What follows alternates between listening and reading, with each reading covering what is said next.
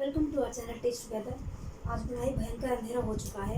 किसी कारणवश मैं वीडियो बना नहीं पाई दिन के समय। खैर छोड़िए, ऐसा रोज़ रोज़ नहीं होगा। वैसे भी आई होप कि मेरी शक्ल ही नज़र नहीं आ रही होगी, बाकी आपको बोर्ड पे लिखा हुआ सारा समझ में आ रहा होगा और दिखाई भी दे रहा होगा। फिर भी मैं आपको डिक्टेट करने वाली हूँ, तो उसमें कोई इतनी बड़ी प्रॉब्लम नहीं आने वाली है। तो चलिए स्टार्ट करते हैं हम अपना अगला क्वेश्चन। इससे पहले जो हमने क्वेश्चन किया था वो इंटेंसिव रीडिंग का था। हम ये बात कर रहे हैं अपने यूनिट थर्ड क्वेश्चन की। ठीक है, इससे पहले हमने इंटेंसिव रीडिंग किया था और अब बात करें एक्सटेंसिव रीडिंग की। देखिए मतलब बहुत आसान है। एक होता है इंटरनल, एक होता है एक्सटर्नल। इंटरनल जो आपका होगा उससे क्या मतलब था, उससे मतलब था कि आप उसको अंदरूनी तरीके से पढ़ रहे हैं। जैसे कि आपने देखा होगा ना, इंटरनली यानी कि अंदरूनी तरीके से और एक्सटर्नल यानी कि बाहरी तरीके से।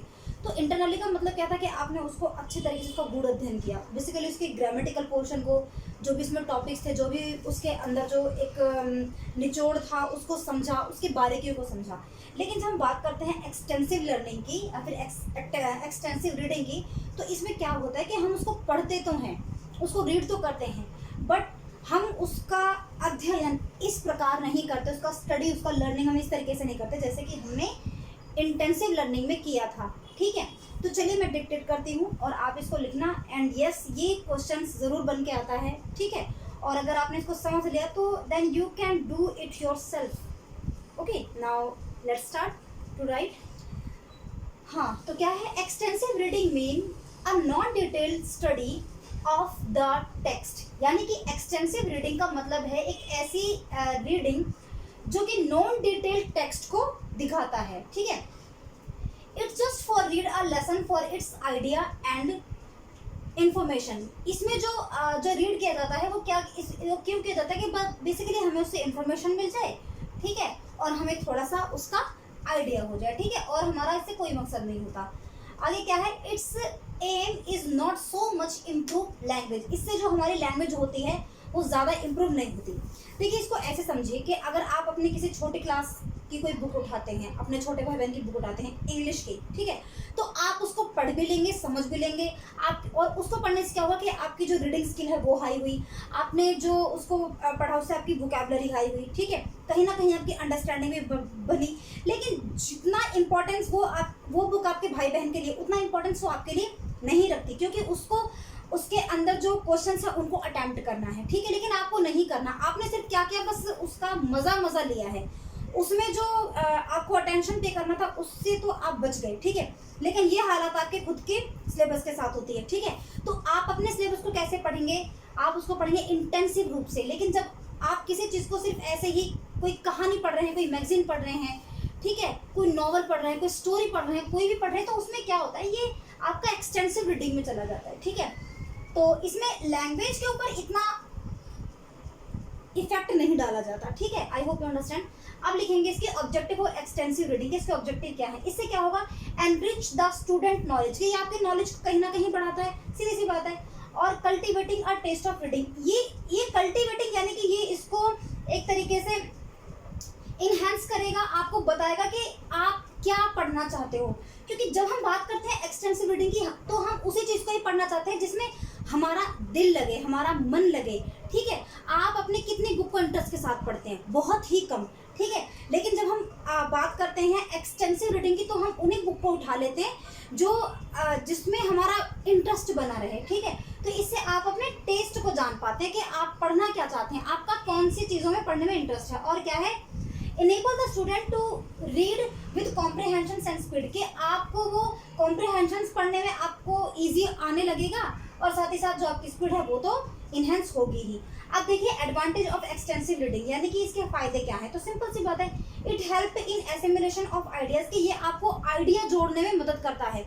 यानी कि देखो, जब आप खुद की बुक्स पढ़ते हो ना, तो आप दूरदर्शी नहीं हो पाते। दूरदर्शी यानी कि आप दूर तक नहीं सोच पाते, क्योंकि आपके अंदर उतनी आप क्षमता डेवलप नहीं कर पाते, कहीं ना कहीं घबराए होते हैं, क्योंकि उसमें ना इंटरेस्ट नहीं होता। लेकिन जब आप किसी चीज़ को इंटरेस्ट के साथ पढ़ रहे हैं, सपोज लाइक आप कोई स्टोरी बुक पढ़ रहे हैं, इंग्लिश की ही ले लीजिए, आप कोई छोटी क्लास के इंग्लिश की बुक पढ़ रहे हैं स्टोरी की, तो आप उसमें क्या करेंगे, इमेजिनेशन बनाएंगे अपना, तो उसमें आप चीज़ों को जोड़ने लग जाते हैं। एसिमिलेशन, यहाँ पर आप चीज़ों को जोड़ने लग जाते हैं, आइडियाज़ अपने जोड़ने लग जाते हैं। ठीक है, और क्या है, it keep the whole class busy and active. सीधी सी बात है भाई, अगर क्लास आपका ज़्यादा माथा खा रही है, ठीक है, जीने नहीं दे रही आपको, तो फिर उठा के बुक को खोल दो और भाई बोल दो चलो भाई पढ़ो, ठीक है। और आप लोग ऐसा करते भी होंगे जब आपकी ये क्लासेस लगती होंगी टीपी। और क्या है, इट इंक्रीज द वोकैबुलरी। हाँ जी, वोकैबुलरी तो हाई होगी ही, इसमें तो कोई दौरा है नहीं है। और क्या है, it make enable to fast reading, और इससे क्या होगा कि आपकी रीडिंग भी फास्ट होने लगेगी, ठीक है। तो अब इसके लिमिटेशंस देख लीजिए। इसके लिमिटेशंस क्या है, लिमिटेशंस का बड़ा सरल और बड़ा ही सटीक है। तो आप लिखेंगे अनफॉर्चुनेटली, यानी कि दुर्भाग्यवश। अनफॉर्चुनेटली की स्पेलिंग क्या है, UNFORTUNATELY। Unfortunately in India not much emphasis. Emphasis की स्पेलिंग क्या है, EMPHASIS। एम्फेसिस यानी कि दबाव, ठीक है। Emphasis is given to extensive reading, there is lack of extensive readers too. आगे क्या है, proper attention must be paid towards these fact and a place should be given to extensive reading in lesson planning। तो इतना ही इसका ही answer है। चलिए मैं आपको ये समझा देती हूँ क्या लिखा है। इसमें लिखा है कि इंडिया में एक्सटेंसिव रीडिंग पर बहुत ज़्यादा दबाव नहीं दिया जाता, ठीक है। और ये है, आप लोगों को वो पढ़ाया जाता है जो शिक्षा बोर्ड आपसे पढ़वाना चाहता है, वो आपके इंटरेस्ट को नहीं देखता। अगर किताबें ऐसी बने जिसमें आपका इंटरेस्ट हो, या फिर उनको उस तरीके से लिखा जाए जो आप पढ़ सकें, तो मुझे नहीं लगता कि हम लोगों को स्टडी, या हम सबको स्टडी इतनी मुश्किल लगे। हमसे बलपूर्वक, फोर्सफुली हमसे वो काम करवाए जाते हैं, ठीक है ना।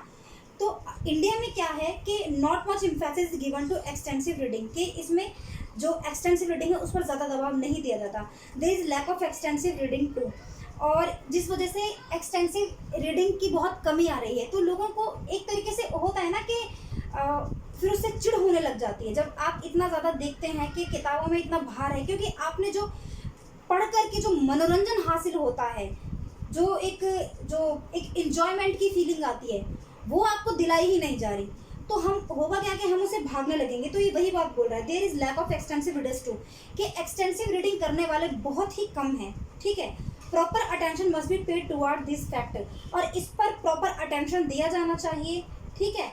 And given extensive reading in lesson planning, और जो लेसन प्लानिंग जो होती है उस पर इस बात की तरफ ध्यान दिया जाना चाहिए कि ऐसा भी हो जिसमें बच्चे के अपने इंटरेस्ट के मुताबिक चीज़ों को पढ़ सकें। तो इतना ही आपका आंसर था। आई होप आपने समझा होगा। और देखिए मैं आपको एक चीज़ और बता दूं कि आप लोगों ने कुछ न मुझे समकालीन जो भारतीय इतिहास करके जो आपकी बुक है, वो देखिए बहुत अच्छी बुक है आप लोगों की, और उसको पढ़िए। वो सिर्फ आपको ना इसी क्लास में आपको हेल्प नहीं करने वाली, आगे भी आप लोगों के लिए बहुत हेल्पफुल होगी। तो अगर आपको उसमें कोई दिक्कत आ रही है, जैसे कि मेरे पास कुछ 2-4 कमेंट आए हैं उस बुक को लेकर के, जो कंटेम्प्रेरी आपकी जो बुक है, तो आप मुझे प्लीज़ कोई टॉपिक बता दीजिए, ठीक है, ताकि मैं करवा सकूं।